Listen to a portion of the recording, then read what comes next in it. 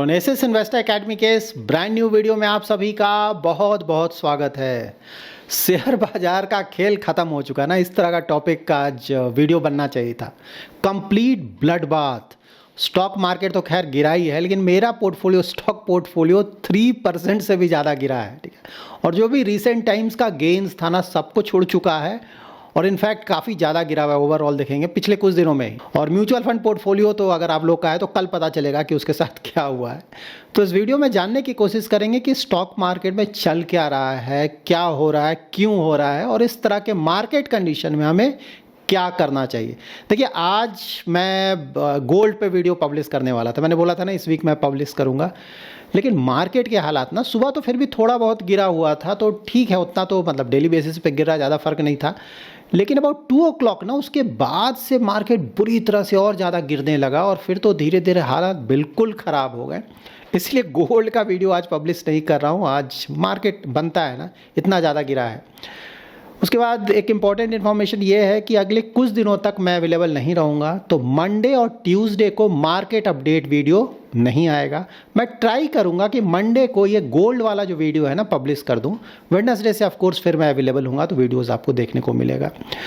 Informative video है, पूरा देखें, अच्छी तरह से समझे, पसंद आए तो लाइक और शेयर जरूर करें। पहली बार हमारे यूट्यूब चैनल पे आ रहे हैं तो चैनल को जरूर सब्सक्राइब करें। मार्केट अपडेट देख लेते हैं, इंडियन मार्केट में क्या चल रहा है। तो ये कंप्लीट ब्लड बाथ, मतलब कहीं भी रिस्पाइट नहीं है। देखिए, large cap, mid cap, small cap, micro cap, मतलब जैसे जैसे नीचे जा रहे हैं ना और ज़्यादा ब्लड बाथ हो रहा है, ठीक है।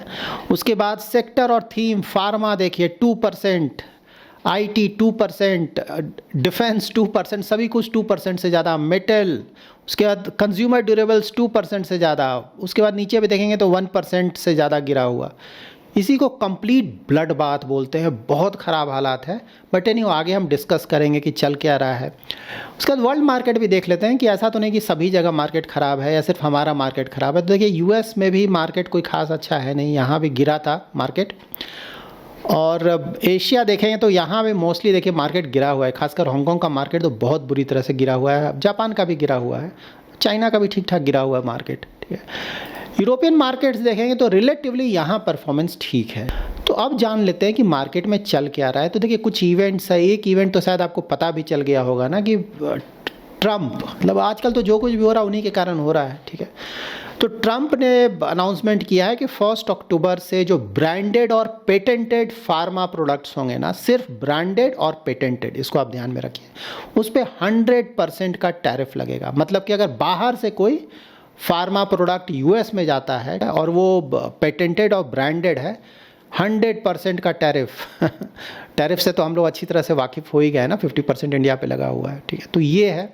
हाँ, यहाँ पे ये बात है कि अगर कोई कंपनी यूएस में ही बना रही है ना फार्मा मतलब प्रोडक्ट्स, उस पर टैरिफ ऑफ कोर्स नहीं लगेगा, जो बाहर से आ रहा है उस पर लगेगा। और प्लस अगर कोई कंपनी यूएस में अपना प्रोडक्शन स्टार्ट करने वाला है, स्टार्ट नहीं किया, स्टार्ट करने वाला है ना, प्रोसेस अगर चालू है उसका, तो वहाँ भी उस पर टैरिफ नहीं लगेगा, उसको रिस्पाइट दिया जाएगा। लेकिन हाँ, पूरी तरह से आप बाहर से ले जाओगे, यूएस में नहीं बनाओगे या बनाने का प्लानिंग नहीं है, तो वहाँ पे आपको टैरिफ देना पड़ेगा।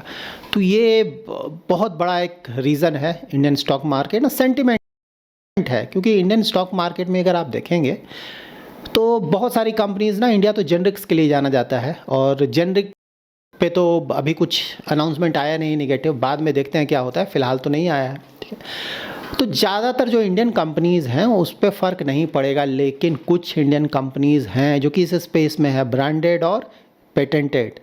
2-3 कंपनीज़ हैं जिनका अच्छा खासा बिजनेस है यूएस में, और इंडिया की बड़ी कंपनीज़ हैं, वहाँ पे बिल्कुल फ़र्क पड़ेगा। इसके साथ H1B वीज़ा का तो प्रॉब्लम आया ही था रिसेंटली ना, उसका भी ओवरहैंग मार्केट में है। आईटी स्टॉक्स बुरी तरह से अभी तक गिर ही रहे हैं लगातार, ठीक है। और 50% का टैरिफ तो चल ही रहा है। तो बहुत सारे इश्यूज़ चल रहे हैं और इश्यूज़ मोस्टली ट्रम्प के एंड से आ रहे हैं। और देखिए, इंडिया का तो वीकनेस था ना, ये तो मानकर चलना पड़ेगा। लास्ट 1 ईयर से तो हालात ख़राब थे, मतलब जीडीपी का इधर कुछ नंबर आने लगा, लेकिन उससे पहले तो बिल्कुल ख़राब था। अर्निंग ग्रोथ अभी तक नहीं आया है कंपनीज़ का, ठीक है, वहाँ पे तो कुछ दिख नहीं रहा है। लेकिन हाँ, आरबीआई और गवर्नमेंट ने बहुत सारे कदम उठाए हैं, उसका पॉजिटिव असर आने में टाइम लगता है, इमीडिएटली तो पता नहीं चलेगा। वो थर्ड क्वार्टर का रिजल्ट कब आएगा वो आपको जैन ना से पता चलेगा। उसके बाद फरवरी में ज़्यादातर आपको रिजल्ट्स पता चलेगा कि कितना फ़र्क पड़ा है, ठीक है। तो ये सब थोड़ा टाइम टेकिंग प्रोसेस है। इंटरेस्ट रेट कट का फ़र्क आने में टाइम लगेगा, जीएसटी कट का ना फ़र्क पड़ने में टाइम लगेगा, इंटरेस्ट रेट कट होने जो उसका असर है उसका टाइम लगेगा, इमीडिएटली नहीं होता है। और प्लस बाहर से बहुत ज़्यादा नेगेटिव न्यूज़ आ रहा है, खासकर ट्रंप के फ्रंट पे। और ये जैसे जैसे ये सब न्यूज़ आ रहा है ना, वैसे वैसे एफआईआईज और ज़्यादा पैनिक कर रहे हैं और भाग रहे हैं इंडियन मार्केट से, उसका नेगेटिविटी है। और जब एफआईआईज भाग रहे हैं, इतना पैनिक हो रहा है, तो ऑफकोर्स जो रुपी है उस पर भी बहुत ज़्यादा प्रेशर पड़ रहा है ना। तो रुपी डिप्रिसिएट कर रहा है, रुपी जितना डिप्रिसिएट करेगा एफआईआईज और ज़्यादा भागेंगे, क्योंकि उनके रिटर्न्स कम हो जाते हैं इसके कारण। तो बहुत ज़्यादा प्रॉब्लम्स चल रहा है फ़िलहाल, ठीक है। और जिस तरह के ना सर्कमस्टांसेस चल रहे हैं, जिस तरह से ऑलमोस्ट डेली बेसिस पे ट्रंप आ रहे हैं, कुछ बोल रहे हैं, लगता है कि प्रॉब्लम अभी कुछ समय तक चलेगा। देखिए मार्केट में एक और बड़ा डर क्या हो गया है ना, कि ट्रंप ने फिर से धमकी दिया था कि इंडिया पे हम और ज़्यादा सैंक्शंस लगा सकते हैं अगर रसिया से ऑयल खरीदना बंद नहीं किया तो, ठीक है। तो अब ये जो ना पिछले कुछ दिनों से एक थोड़ा पॉजिटिविटी आया था कि शायद ये जो बहुत ज़्यादा टैरिफ लगा है इंडिया पे वो शायद कम हो जाए, ठीक है, 2-3 महीनों में, आने वाले 2-3 महीनों में। तो इसके कारण थोड़ा पॉजिटिविटी आया था और ऑफकोर्स जीएसटी कट ये सब का फ़ायदा मिल रहा था, ठीक है, मार्केट में थोड़ा पॉजिटिव सेंटीमेंट आया था। लेकिन अब ट्रंप जब इस तरह से फिर से स्टेटमेंट देने लगे हैं तो फिर से डर का माहौल है, ठीक है, कि भाई ये जो टैरिफ लगा इसको तो छोड़ो, कहीं और कोई सैंक्शन ना लगा दे ये बंदा, ठीक है। तो ये सब के कारण बहुत ज़्यादा निगेटिविटी आया है मार्केट में, और अभी लगता है कि एटलीस्ट नियर फ्यूचर में ये निगेटिविटी बना रहेगा, तो हमें झेलना होगा, ठीक है। अब ऑफ कोर्स आगे जो जो पॉइंट्स मैंने बताया आपको उसको भी मैं कवर करूँगा, लेकिन उससे पहले यूएस के बारे में थोड़ा मैं बता देता हूँ। देखिए यूएस में का 10 ईयर जीसेक देखेंगे ना तो बहुत तेज़ी से ऊपर जा रहा है, 4% के आसपास चला गया था ना, उसके बाद अब बढ़कर अबाउट 4.19% के आसपास चला गया है। तो बहुत तेज़ी से ऊपर जा रहा है। क्यों जा रहा है? क्योंकि जो वहाँ पे जॉबलेस क्लेम्स है ना वो गिर रहे हैं, मतलब कि एम्प्लॉयमेंट का स्थिति वहाँ सुधरा है इधर। और दूसरा जीडीपी ग्रोथ का नंबर आया है ना 3.8% रिवाइज्ड है, एनुअलाइज्ड, ठीक है, लास्ट क्वार्टर का 3.8%। तो ऑफकोर्स ये जो डेटा है उससे यही लग रहा है कि भाई इंटरेस्ट रेट कट यूएस में होगा कैसे अब, है ना, क्योंकि इंटरेस्ट रेट कट तो इसीलिए हुआ था कि वहाँ पे जो जॉबलेस क्लेम्स था वो बहुत ज़्यादा बढ़ गया था, लेकिन अब तो घट रहा है, प्लस जीडीपी का ग्रोथ रेट भी अच्छा आ गया है और इन्फ्लेशन तो बढ़ रहा है यूएस में। तो रेट कट के चांसेस तो अब बहुत मुश्किल है, देखते हैं आगे क्या होता है। तो ये एक बहुत बड़ा निगेटिविटी यूएस मार्केट्स के लिए है, ठीक है। और देखिए जब भी मार्केट ऊपर नीचे करे तो निगेटिव ऑफ कोर्स है, लेकिन जो पॉजिटिव है उसे भी हमें नहीं भूलना चाहिए। तो ठीक है, कुछ पॉजिटिव्स, एक तो मैंने आपको बताया था ना, शिप बिल्डिंग में गवर्नमेंट एक पैकेज दे रहा है शिप बिल्डिंग सेक्टर के लिए, अबाउट 70,000 करोड़ कल बताया था, और कल न्यूज़ में मैंने आपको बताया था। और आज के न्यूज़ में जो कि कल हुआ है, ऑफ कोर्स एक बहुत बड़ा इवेंट है, मिनिस्ट्री ऑफ डिफेंस ने एक कॉन्ट्रैक्ट साइन किया है ना 97 लाइट कॉम्बैट एयरक्राफ्ट जैसे तेजस मार्क 1A वेरिएंट को खरीदने के लिए ना इंडियन एयरफोर्स खरीद रहा है HAL से। और ये जो डील का कॉन्ट्रैक्ट है वो है 62,370 करोड़। तो डिफेंस मैंने हमेशा बताया बहुत अच्छा टेलविंड चल रहा है और गवर्नमेंट की तरफ से बहुत ज़्यादा यहाँ इन्वेस्टमेंट आ रहा है।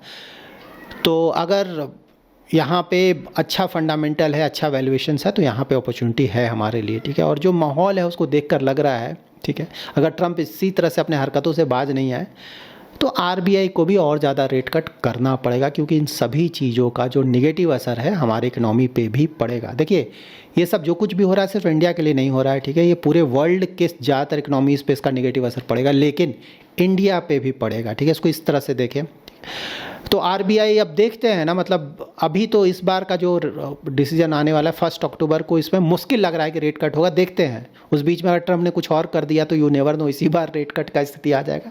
दिसंबर में बिल्कुल लग रहा है कि एक रेट कट तो होना चाहिए, क्योंकि मोस्टली लग रहा है ना टैरिफ फ्रंट पे शायद कुछ पॉजिटिव आए, तो आरबीआई शायद वेट करेगा कि पॉजिटिव कुछ होता है नहीं होता है। मान लीजिए नहीं होता है पॉजिटिव कुछ, टैरिफ इसी तरह से 50% कंटिन्यू करता है, नेक्स्ट ईयर चला जाता है, तब तो आरबीआई को रेट कट करना पड़ेगा ना। तो दिसंबर मोस्टली एक लग रहा है, और नेक्स्ट ईयर अगर स्थिति इसी तरह का खराब रहा तो नेक्स्ट ईयर के शुरू में भी शायद एक रेट कट हो जाए। इसको इस तरह से देखें, देखते हैं क्या होता है। नाउ जान लेते हैं कि इस तरह के मार्केट कंडीशन में मैं क्या करूंगा, मेरा इन्वेस्टमेंट स्ट्रेटजी क्या होगा, आपका इन्वेस्टमेंट स्ट्रेटजी क्या होगा, ये तो आपको डिसाइड करना पड़ेगा ना, ठीक है, कि क्योंकि आपका रिस्क प्रोफाइल क्या है, इन्वेस्टमेंट होराइजन क्या है, क्या सोचकर आपने इन्वेस्टमेंट किया है, इन्वेस्टमेंट नॉलेज क्या है, ये आपको डिसाइड करना पड़ेगा। लेकिन हाँ मैं क्या करूँगा, शायद इससे आपको थोड़ा सा अंडरस्टैंडिंग में हेल्प मिलेगा। तो देखिए मेरा सिंपल है कि इक्विटी जो एसेट क्लास है, मेरा मानना है कि ये बहुत ज़्यादा रिस्की होता है, ठीक है। यहाँ पर अगर इन्वेस्टमेंट करना है तो 10-15 ईयर्स, 20 ईयर्स इस तरह का इन्वेस्टमेंट होराइजन होना चाहिए। कम से कम 5 ईयर्स का तो इन्वेस्टमेंट होराइजन ज़रूर होना चाहिए, क्योंकि रिस्की बहुत ज़्यादा है। शॉर्ट टर्म में हमें बिल्कुल पता नहीं चलता है कि एग्जैक्टली क्या हो जाएगा, ठीक है। तो मेरा इन्वेस्टमेंट होराइजन 10 ईयर प्लस का है, तो ये मेरा नंबर 1 पॉइंट है। मतलब 10 साल से पहले मैं कोई पैसा नहीं निकालूंगा, ठीक है। तो 10 साल तक का जो खर्च है उसका अलग से मैंने व्यवस्था कर रखा है कि अगर ज़रूरत पड़े तो मैं इक्विटी से ना निकालूँ ना, मतलब कि जो मेरे पास एक्स्ट्रा पैसा है सिर्फ वही पैसा मैं इक्विटी में इन्वेस्ट करता हूँ। ये बहुत इंपॉर्टेंट है। फिर बाकी खर्चों के लिए जैसे मैंने हेल्थ इंश्योरेंस अलग से सफिशिएंट ले रखा है कि भाई उसका कुछ खर्चा हो जाएगा। उसके बाद इमरजेंसी फंड है कुछ पैसा कि कुछ खर्च आया तो मैं वहाँ से निकाल लूँगा, और प्लस मंथली भी कुछ कमाता हूँ तो उसमें थोड़ा बहुत पैसा आता है। तो ये बिल्कुल अलग पैसा है कि भाई मैं टच ही नहीं करूँगा। जो भी लॉस हो रहा है वो तो नोशनल लॉस है, ठीक है ना। जब तक मैं उसको बेचूंगा नहीं तब तक ना मुझे प्रॉफिट होगा ना मुझे लॉस होगा। अगर मैं इसको ऐसा ही 10 साल छोड़ दूंगा, 15 साल छोड़ दूंगा, तो उसके बाद पता चलेगा कि क्या होगा, ठीक है। फिलहाल अगर मैं नहीं बेचता हूं तो मुझे लॉस नहीं होगा। यहाँ से 15% गिर जाए, 20% गिर जाए, 30% गिर जाए, जब तक मैं बेचूंगा नहीं तब तक मुझे लॉस नहीं होगा, ठीक है। उसके बाद मेरा मानना है कि मैंने जो भी इन्वेस्टमेंट किया है, चाहे वो म्यूचुअल फंड्स हो चाहे स्टॉक्स हो, वो अच्छे क्वालिटी के हैं, ठीक है। क्वालिटी अच्छा है, और ज़्यादातर मैंने स्टॉक्स के केस में वैल्यूएशंस का भी ध्यान रखा है। तो वहाँ पे मुझे कंफर्ट है कि चलो गिर रहा है कोई बात नहीं, क्वालिटी अच्छा है, वैल्यूएशंस भी ठीक ठाक है, तो वापस वो आएगा। जब भी मार्केट में रिकवरी होगा तो वापस आएगा, और एनी और लॉन्ग टर्म के लिए मान लीजिए कुछ महीनों तक गिरा भी रहता है, ठीक है, तो मुझे उसका फ़र्क नहीं पड़ेगा। ये मेरा थॉट प्रोसेस है, ठीक है। हाँ, ये बात बिल्कुल सही है कि जैसे 10 साल के लिए किसी ने इन्वेस्टमेंट किया, पता चला किसी स्टॉक में आपने इन्वेस्टमेंट किया, बाद में पता चला कि नहीं क्वालिटी अच्छा नहीं है, कंपनी से आपको दूसरा कोई कंपनी मिल रहा है जिसका क्वालिटी बहुत ज़्यादा अच्छा है, ठीक है, तो ऑफकोर्स हम चेंज कर देंगे। चेंज करना अलग चीज़ है, ठीक है। लेकिन हाँ, जो जहाँ भी इन्वेस्टमेंट करेंगे, जैसे इक्विटी का इन्वेस्टमेंट है तो कोशिश करेंगे 10-15 साल रखें, ठीक है। अगर कहीं कहीं, लेकिन हाँ चेंजेस ऐसा नहीं कि डेली बेसिस पे, कुछ लोग करते हैं ना, डेली कर रहे हैं, महीनों पे कर रहे हैं, उस तरह का चेंजेस, वो चेंजेस बहुत कम होता है, ठीक है। शायद ही कभी होता है, लेकिन हाँ जरूरत पड़ने पर वो कर सकते हैं। हम लोग अपने वीडियोज़ में हमेशा से ये डिस्कस कर रहे हैं, काफ़ी समय से इनफैक्ट, कि ये पूरा साल भूल जाएँ, ठीक है। नेक्स्ट ईयर देखते हैं कि क्या होता है। ये साल गड़बड़ ही होगा, ठीक है, और वही हो रहा है। तो पूरा साल अभी भी समय है, मेंटली प्रिपेयर्ड रहें कि पूरा साल गया, ठीक है, जो होगा होने देना है। अगले साल से देखना है कि क्या चलता है, ठीक है। ये पहले से हम लोग इनफैक्ट काफ़ी समय से डिस्कस करें कि पूरा साल भूल जाएं। देखिए, आपको ध्यान में रखना है कि कोविड के समय से कई सालों तक बहुत ज़्यादा रिटर्न आया, ठीक है ना। दूसरे मार्केट्स में यूएस को छोड़ दें, कहीं रिटर्न नहीं। ये जो भी आपको फिलहाल दिख रहा है ना, चाइना का रिटर्न, जापान का रिटर्न, यूरोपियन कंट्रीज़ का रिटर्न, वो सब कुछ लास्ट 1 ईयर या उसके आसपास से ही शुरू हुआ है, ठीक है ना। उससे पहले कोई खास रिटर्न था नहीं, ज़्यादातर केसेस में था ही नहीं रिटर्न, ठीक है। सिर्फ इंडिया यूएस का रिटर्न आ रहा था। तो यहाँ पे ये चीज़ आपको समझना होगा कि भाई उतना रिटर्न आने के बाद एवरेज आउट करता है मार्केट ना। ऐसा नहीं कि हर एक साल आपको 20%, 30%, 50% रिटर्न देगा, एवरेज आउट करेगा, ठीक है। जिस तरह का इकोनॉमी का परफॉर्मेंस है, कंपनीज का अर्निंग्स है, नॉमिनल जीडीपी ग्रोथ रेट है, क्रेडिट ग्रोथ है बैंकिंग सिस्टम में, उसी तरह का रफली रिटर्न आपको देगा। तो ये तो हम लोग पहले से ही जानते हैं, ऐसा नहीं कि कोई नई बात है, हम हमेशा डिस्कस करते हैं। तो उतना ज़्यादा रिटर्न दे के बाद एवरेज आउट करेगा। अब वैसे लोग जिन्होंने रिसेंटली इन्वेस्टमेंट किया है, कुछ महीनों का इन्वेस्टमेंट या 1 साल का इन्वेस्टमेंट मान लीजिए, तो देखिए मार्केट ने पहले रिटर्न दे दिया, अब आपने इन्वेस्टमेंट अभी शुरू किया, इसके कारण ऐसा नहीं कि आपके कारण मार्केट फिर से और रिटर्न देने लगे, ऐसा नहीं। आपको ये सब चीज़ समझना होगा कि पहले बहुत ज़्यादा रिटर्न आ गया, मैंने अनफॉर्चुनेटली ऐसे समय इन्वेस्ट किया जबकि गिरने का समय था। ठीक बात है ना, गिर गया, अच्छी बात है, ऐसा नहीं कि वापस नहीं आएगा, ठीक है। अगर आपने सोच समझकर अच्छे क्वालिटी में लॉन्ग टर्म के लिए इन्वेस्टमेंट किया, फिर से वापस आएगा। कोविड के समय गिरा था ना, मतलब बुरी तरह से गिरा था, वापस आया, ऐसा कि नहीं। 2008 क्राइसिस गिरा था ना, वापस आया, ठीक है। हो सकता है कुछ महीनों तक गिरा रहे, ठीक है, लेकिन ऐसा नहीं कि वापस नहीं है, क्योंकि रिटर्न बहुत ज़्यादा आ चुका था, एवरेज आउट करेगा। ट्रंप एक बहाना है, देखिए मार्केट को बहाना चाहिए होता है। ट्रंप नहीं होते तो कोई दूसरा बहाना होता, उसके कारण गिरता, ठीक है। यूएस में भी वही हो रहा है ना, कुछ भी न्यूज़ आ रहा है हमेशा ऊपर जा रहा है, तो ऐसा नहीं चलेगा। यूएस में भी आप देखेंगे कि आने वाले महीनों में कुछ ना कुछ ऐसा ट्रिगर मिलेगा, बहाना मिलेगा, जिसके कारण यूएस मार्केट भी गिरेगा। लगातार कोई मार्केट हमेशा ऊपर नहीं जाता, वो भी गिरेगा। इंडियन मार्केट में वही चल रहा है, ठीक है। बहुत सारा पॉजिटिव न्यूज़ आ रहा है, लेकिन उसका फ़र्क नहीं पड़ रहा है, वो सिर्फ गिरने में लगा हुआ है। तो ठीक है, तो आगे आने वाले समय में आप देखेंगे कि इंडिया में भी कुछ ट्रिगर्स आएंगे जिससे पॉजिटिविटी आएगा, और ये भी परफॉर्मेंस लाएगा। इसको इस तरह से देखें, ठीक है। रिटेल इन्वेस्टर्स जो म्यूचुअल फंड्स में इन्वेस्टमेंट करते हैं, डाइवर्सिफाइड फंड, बार बार मैंने रिपीट किया है, थीमेटिक सेक्टर फंड से दूर रहें। सेक्टर फंड बिल्कुल ना जाएं, थीमेटिक फंड बिल्कुल ना जाएं। अगर आपको आइडिया नहीं है तब, अगर आपको बहुत अच्छी जानकारी है, आप जहां इन्वेस्टमेंट करना चाहें कर सकते हो, वो अलग चीज़ है।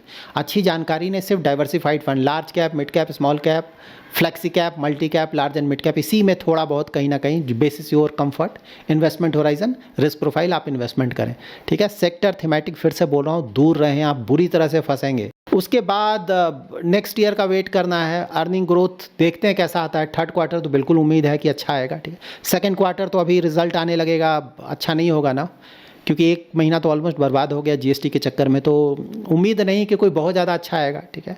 अच्छा आ जाए तो बहुत अच्छी बात है, लेकिन उम्मीद कम है। लेकिन हाँ, थर्ड क्वार्टर में उम्मीद है कि अच्छा आएगा, तो वहाँ से थोड़ा पिकअप आप देखेंगे। उसके बाद टैरिफ पे भी क्लैरिटी मिल जाएगा ना, जैसे बहुत सारा स्टेटमेंट्स आ रहा है कि आने वाले 2-3 महीनों में शायद टैरिफ कम हो जाए इंडिया पे, तो वो भी क्लैरिटी मिल जाएगा कि भाई टैरिफ कम होगा कि नहीं होगा, और जो भी होगा मार्केट उसको डाइजेस्ट करके आगे बढ़ेगा। अभी मार्केट को भी थोड़ा लगा हुआ कि शायद टैरिफ कम हो जाए, कम हो जाए। अब क्लैरिटी मिल जाएगा कि नहीं भाई कम नहीं होगा, ऐसे ही चलना है। मार्केट भी क्लैरिटी लेकर फिर आगे बढ़ेगा।